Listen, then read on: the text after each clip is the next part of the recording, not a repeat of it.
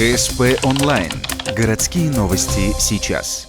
14:00, Первомайская площадь. Социальная акция МЧС России. Мы первыми приходим на помощь. Здесь и единицы спецтехники, и пожарные в полном боевом облачении. Вот уже 11 лет в День знаний сотрудники противопожарной службы показывают зрителям свои профессиональные навыки и умения, как бы напоминая, есть такая служба, круглосуточно готовая прийти на помощь, какая бы беда ни случилась.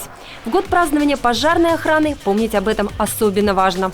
1 сентября вы знаете, что наши дети возвращаются с моря, с дач, с деревень, которые отдыхали у бабушек, у дедушек.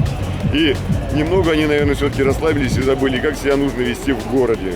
Какие меры безопасности необходимо соблюдать при следовании в школу, из школы, находясь дома и так далее.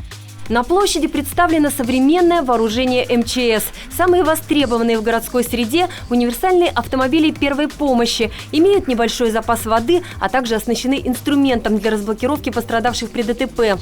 Среди образцов техники есть и пожарно-спасательный автомобиль.